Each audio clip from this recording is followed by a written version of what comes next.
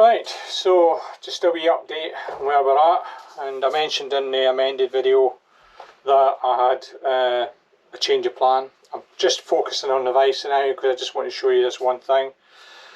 What happened was, obviously I went away and looked for getting all the brake bits, and I bought seals and pads and new braided hoses and so forth. But while I was scouring, I came across an ad on eBay for a pair of calipers that looked in really good condition, and here they are. Right, hopefully you can see that. Yep, so here you are, in really nice condition. Got a pair of calipers. Right, so they're looking really good nick. I'm really pleased with them. £60 they were, and I just thought I'm in for the long term investment on this bike. So worst case scenario, I end up with a spare set of calipers, all fitted with kits. I bought a spare set of kits for them, all fitted with kits, put away in a box, and they're there when the next time I need to swap over. Also gives me 2 stabs at dealing with this broken bleed nipple situation. Okay. So anyway, what I'm doing to start with, and I'm going to go over this and show you what the plan is with that. And I amended the original video, because I realised that, you know, leave the bleed nipple alone, wait until you get it out and deal with it differently. It's an independent sort of little task you've got to maybe take on. So what I've done is I've bought these calipers, and in between that I realised that I did think about this when I was doing it. Was there some kind of kit you could get to help bring the pistons out? And so I bought this Sealey brake piston removal kit, and because I've got quite a few bikes and quite a few old bikes, I thought, you know what, that's never going to go wrong. Now, just like here's one I did earlier, I did actually have a go at taking one of the pistons out, and I managed to do that.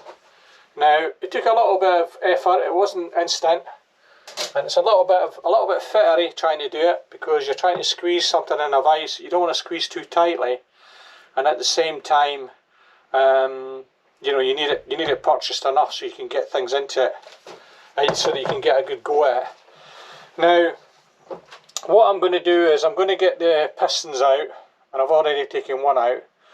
And then the idea is that on the caliper that I've got, the matching caliper with the broken nipple, the idea is I'm going to go and try and get this nipple out by taking a few wee precautions. Now, I have been putting penetrating oil into both these calipers to try and help let it soak in a bit. I'm not going to deal with the nipple today. I'm going to just show you what I'm doing with the pistons and show you this tool in action. So what you get with this tool is basically, it's basically like a sliding hammer, and then there's a couple of collars that have to go onto the actual shaft, and then what you've got is this threaded bar which has got a taper on the end, and the idea is that you find out the spacer. There's all types of spacers in the kit, but you get the one that's closest to going in the piston, and that basically then just slides over there like so, and then you're going to use all the tools to compress it, and it'll expand. You've got slots here, so it'll expand up the taper here, and then it will jam in the piston, and then you use the sliding hammer effect to basically get it out. Now, it is a wee bit fiddly. It's not as straightforward as you think. But obviously the first thing you've got to do is make sure you've got one that fits, and that's the one that I've decided is the best one. Then what you've got to do is put this collar in. Hopefully I'm capturing this, I'm trying my best to. You put this collar in, and you put the second collar in. Sorry, I've done this wrong. Where am I? No, that's right. So you put the second collar in, and it screws on, like so. And then the idea being that you squeeze these up and basically work them against each other, like so. Get that as tight as you can. And that will hopefully start to expand the collar inside the piston. Then what you want to do is, and this is it's a wee bit tricky, because you're trying to grip it in the vice. It's not the happiest thing to sit in a vice because of the shape of it. You just got to try and get it the best you can, and all you're trying to do is just grip the caliper enough to just hold it in place. You're not trying to crank it up too much. Then the sliding hammer goes in here. You tighten that up to there, and this is going to need a wee bit more. And then you take the spanner and you tighten this bit up.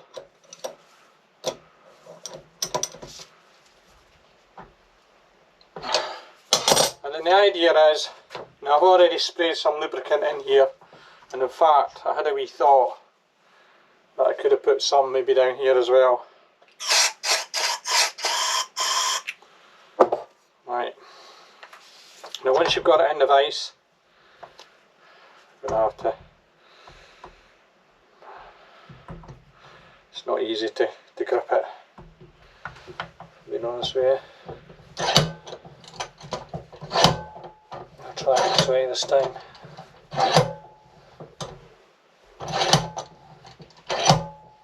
No, I'm not going to do it that way, I'm going to do it this way. Because these vice protectors are great things, but they're a pain in the arse when you're trying to manoeuvre things. Right, so let's try and just get this sitting a bit better.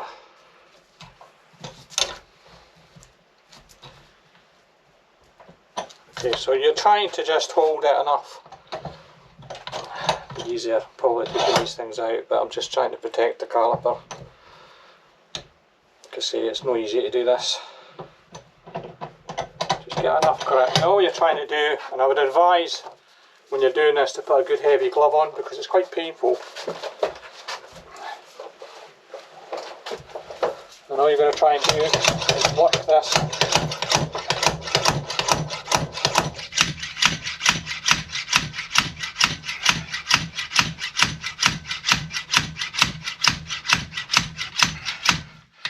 now. It looks for a period like you're not getting anywhere.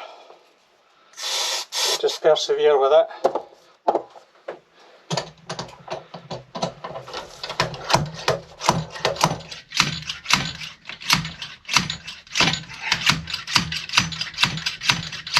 At times you'll find the tool will start to slacken off. You've just got to go back and retighten everything best you can. And you'll obviously have to nip the nut up again.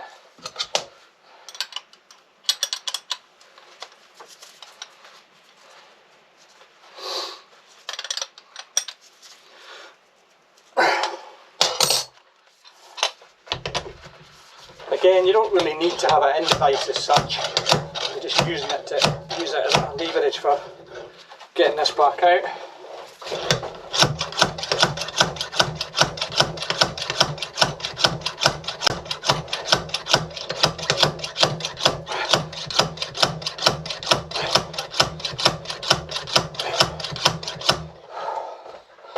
It is coming, but very slowly. It's really quite mucky.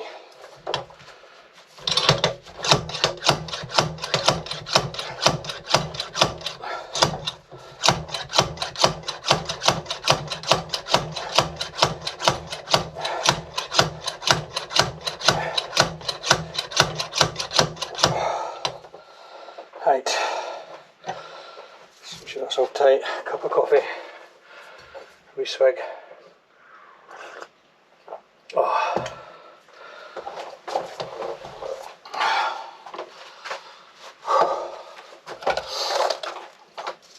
Go with this hand.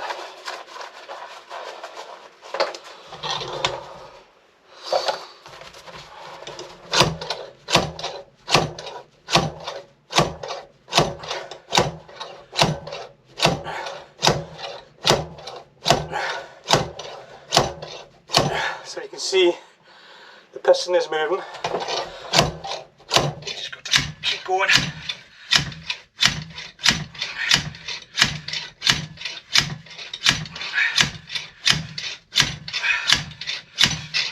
So if you did this this all day, you would get pretty fit and build up your arms quite well. Maybe not. So that's it. So you take that out of there now, and the piston is out. So we've got the piston out, and obviously we'd need to clean it up and so forth, but it's out. So I know what you're thinking. You're probably thinking what I was thinking, and that was, I'll put that like that, so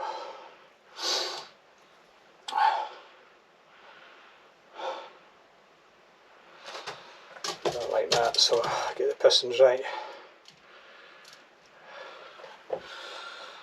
How does this come back off now? Is it jammed in there? What you basically got to do is dismantle it all.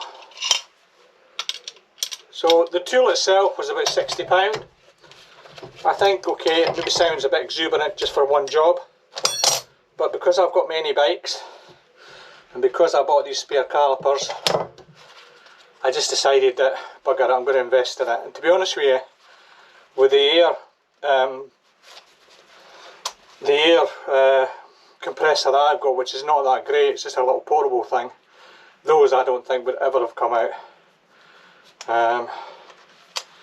So what you do is you basically unscrew it all, take the sliding hammer out, and the thing is that you might find a use for this for other things, you know, anything cylindrical that you might be trying to get out, or anything, you know, that you might be able to adapt it for. So it might have more uses than just doing this.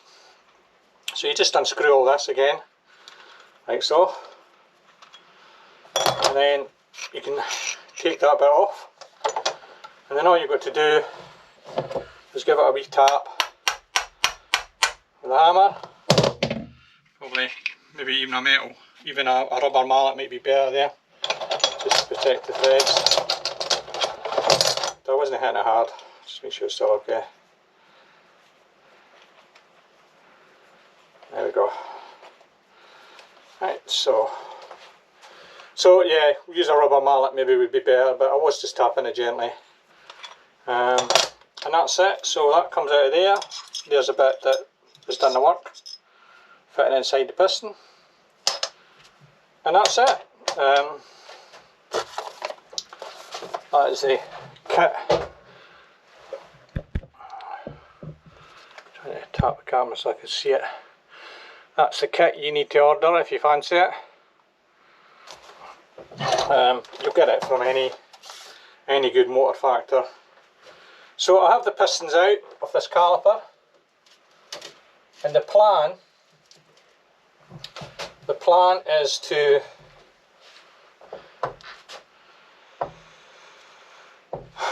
treat this nipple now. Right, now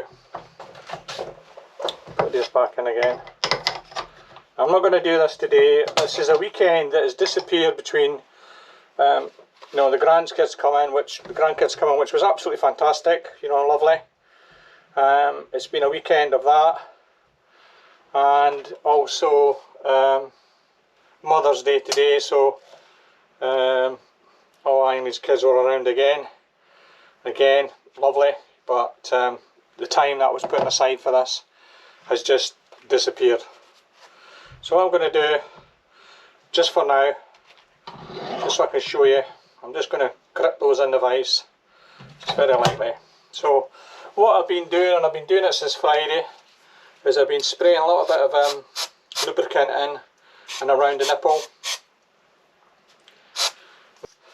So obviously with a hammer you're shocking it, and you're maybe going to actually, you know, get it loosened off a bit.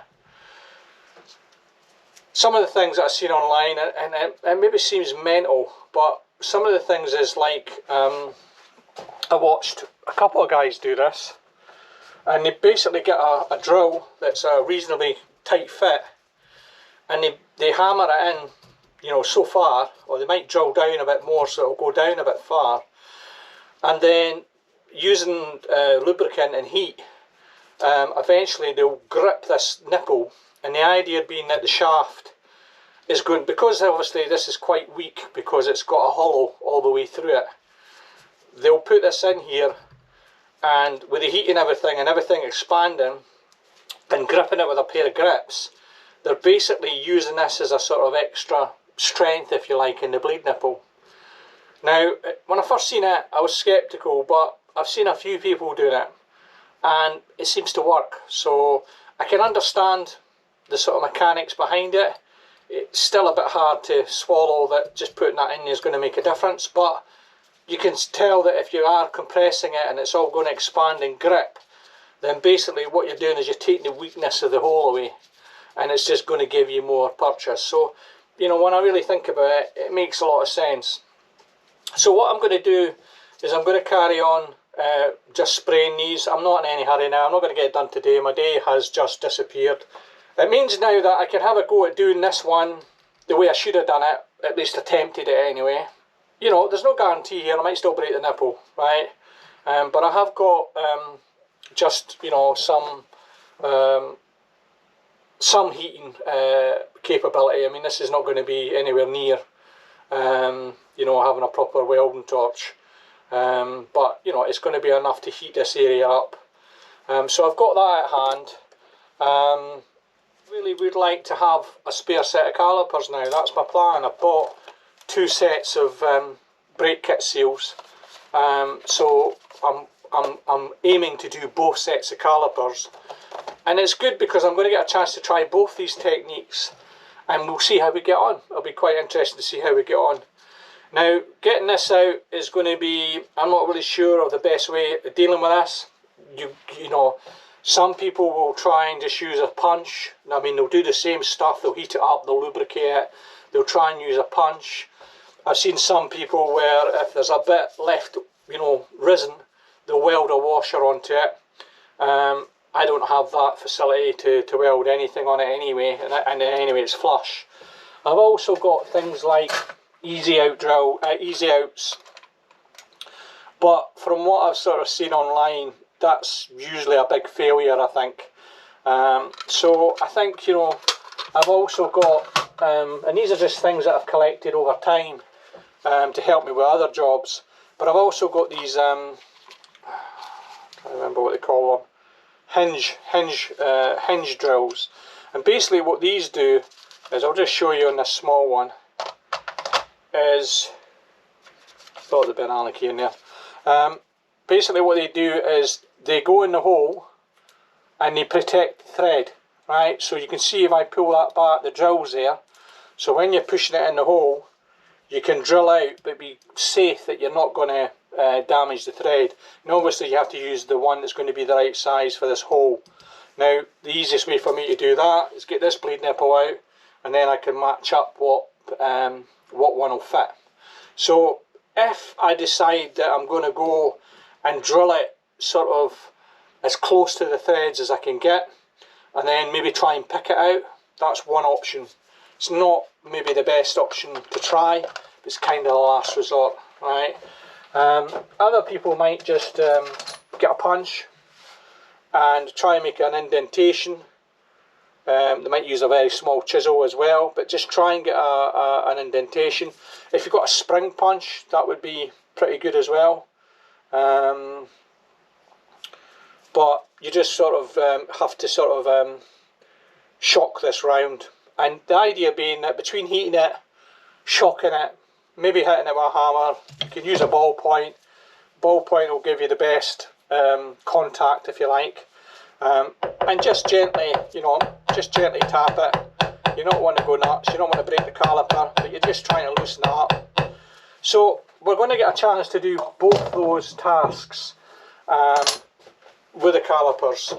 We're having the 2 sets of calipers, and then at the end, you know, I'm hopefully going to have a spare set of calipers. Now that might be overkill, but I'm in this bike for the long term, and if I, you know, every couple of years I could just swap them over and redo the kits, and I've always got a spare set of calipers, and I've got a spare set of calipers if anything goes wrong. And because I'm going to keep the bike forever, I am going to start investing in getting as many spares as I can. So the plan obviously is that I get these calipers all repaired it gives me a spare set of calipers going down the road.